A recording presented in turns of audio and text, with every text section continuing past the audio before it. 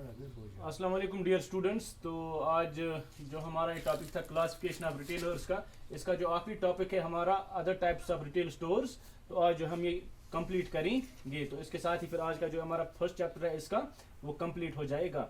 तो other types of retail stores, इसमें कौन कौन से स्टोर्स आते हैं? पहला इसमें आता है automated retail store. Automated retail stores, automated retail stores कौन से स्टोर्स होते हैं? जो ऑटोमेटिकली काम करते हैं, जहां पे आपको मैन पावर की जरूरत नहीं होती है। They are self service stores. ये सेल्फ सर्विस स्टोर्स होते हैं जहां पे कस्टमर जाते हैं और जो जो उसकी प्रोडक्ट्स होते हैं वो खुद जो है कलेक्ट करता है। और वहां पे क्या होते हैं? Robotic kiosks. Robot kiosks they are like machines.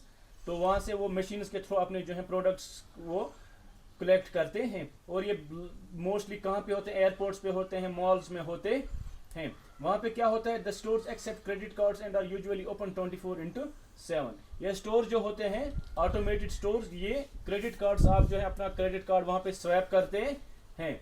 Mostly credit card की थ्रू वहां पे पेमेंट होती है। And they are usually open 24/7। और ये तकरीबन 24 घंटे खुले रहते, ये बंद नहीं होते हैं। क्योंकि आप वहां जाते हैं, जो आपको चीजें जरूरत होती है आप वो खुद उठाते हैं। और वहां पे क्या होता है? एक रोबोट होता है, एक मशीन होती है, उस मशीन को इंस्ट्रक्शन दिए होते हैं पहले से सिस्टम के थ्रू की उसका क्या काम होता है। आप उस रोबोटिक कियोस्क के थ्रू भी जो है अपने जो नीडेड प्रोडक्ट्स है वो कलेक्ट कर सकते हैं। उसके बाद आता है big box stores. Big box stores में क्या होता है? Encompass large department discount general merchandise and warehouse stores. Big box stores में कौन से आते हैं? लार्जर डिपार्टमेंटल स्टोर्स जो आते हैं, जो बड़े डिपार्टमेंटल स्टोर्स होते हैं वो आते हैं इसमें। वहां पे डिस्काउंट होता है। General merchandise and warehouse stores, जहां पे आपको थोड़े डिस्काउंट में चीजें मिलती हैं। जनरल मर्चेंडाइज मीन्स जो आपका रोजमर्रा का जो जनरल में आप मर्चेंडाइज चीजें लाते हैं, सौदा लाते हैं वो। एंड वेयर हाउस स्टोर्स, और इसमें कौन से बिग बॉक्स स्टोर्स में आते हैं? Warehouse stores. Warehouse मैंने आपको बोला था जो गोदाम होते हैं जहां पे मोस्टली हमारा ये जो जमा रहता है स्टॉक, तो वो भी इन बिग बॉक्स स्टोर्स में आते हैं। उसके बाद तीसरा आता है हमारा इसमें कन्वीनियंस स्टोर। कन्वीनियंस स्टोर में कौन आता है? A small store often open with extended hours. ये एक छोटा स्टोर होता है और ये often open with extended hours. ये ज्यादातर क्या रहता है?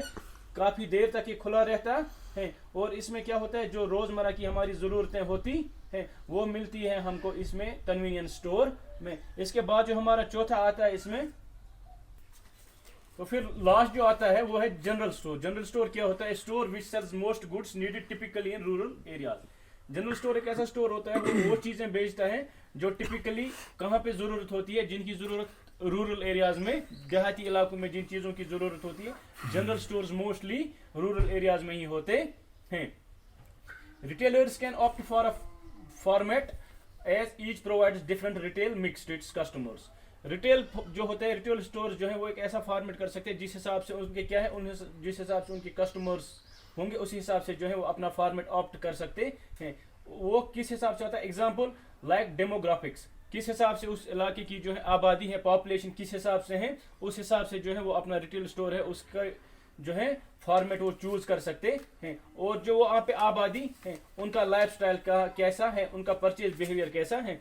ये आप ऐसे समझो कि अगर आप जाते हैं किसी इलाके में, आप पहले देखते हैं कि वहाँ की आबादी कैसी है, कितनी आबादी है। अगर आबादी ज्यादा है, पॉपुलेटेड ज्यादा है इलाका, ये फिर उनका लाइफस्टाइल कैसा है, किस हिसाब से जो लोग हैं वहाँ पे किस हिसाब की जिंदगी वो जीते हैं, कैसा उनका परचेज बिहेवियर है, क्या वो चीजें लेने वाले हैं, क्या वो ब्रांडेड प्रोडक्ट्स लेते हैं, क्या वो लोकल प्रोडक्ट्स लेते हैं, वो आपको देखना है। जिस हिसाब से आपको लगेगा कि वहाँ की जो पॉपुलेशन है, डेमोग्राफिक्स है, उस हिसाब से जो है आपको अपना फॉर्मेट जो है ऑप्ट करना है। अगर आपको लगता है कि कहीं पे कोई इलाका है वहाँ के लोग जो है ज्यादातर ब्रांडेड प्रोडक्ट्स जो है वो लेना पसंद करते हैं, तो आपको जो है उसी अकॉर्डिंगली अपनी चीजें जो है अपना फॉर्मेट जो है चूज करना है। अगर आपको लगता है कि वहाँ की जो चीज मतलब लोग हैं, वहाँ की जो आबादी है, उनका परचेज बिहेवियर वैसा उतना अच्छा नहीं है, वो लोकल प्रोडक्ट्स लेते हैं, उनका लाइफस्टाइल उतना वो नहीं है, ज्यादा हाई प्रोफाइल नहीं है, तो आपको जो है लो स्टैंडर्ड में ही जो है एक फॉर्मेट ऑप्ट करना है। बट अगर स्टैंडर्ड उनका हाई होगा, परचेज बिहेवियर अच्छा होगा, तो आपको भी है जो अपना लेवल है वो थोड़ा ऊंचा करना है। Retail stores of different sizes face different challenge. Different sizes के रिटेल स्टोर्स होते हैं, तो डिफरेंट रिटेल स्टोर्स जो होते हैं डिफरेंट साइजेस के, उनको डिफरेंट जो है चैलेंजेस फेस करने होते हैं। And their sales volume influences business opportunities, और उनका जो सेल्स वॉल्यूम है, जिस हिसाब से उनकी सेल्स होती है, उस सेल का उनके बिजनेस पे असर पड़ता है। कैसे असर पड़ता है? लाइक उनको देखना होता है वो किस हिसाब से कितना सेल आता है, उस हिसाब से वो जो क्या करेंगे, मर्चेंडाइज परचेज पॉलिसी, उसी हिसाब से वो एक पॉलिसी बनाएंगे कि किस किस्म की चीजें, किस किस्म का सौदा, चीजों की किन प्रोडक्ट्स की दरकार है वहां पे।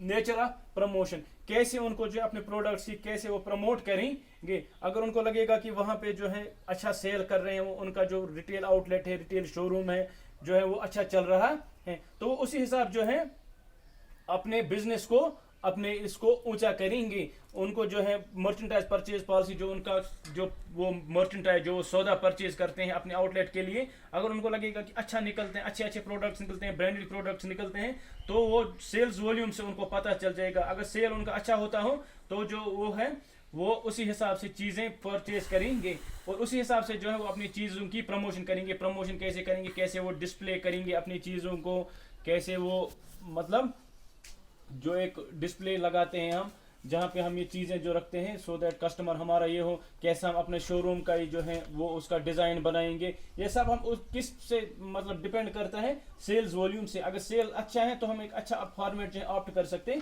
हैं, और अगर हमारा जो सेल उतना नहीं है तो हमें भी उसी हिसाब से चलना है। तो यहाँ पे हमारा ये पहला टॉपिक जो ये पहला चैप्टर था ये खत्म होता है। इंशाल्लाह कल से हम जो चैप्टर नंबर 2 स्टार्ट करेंगे। आज के लिए इतना ही है। Thank you very much.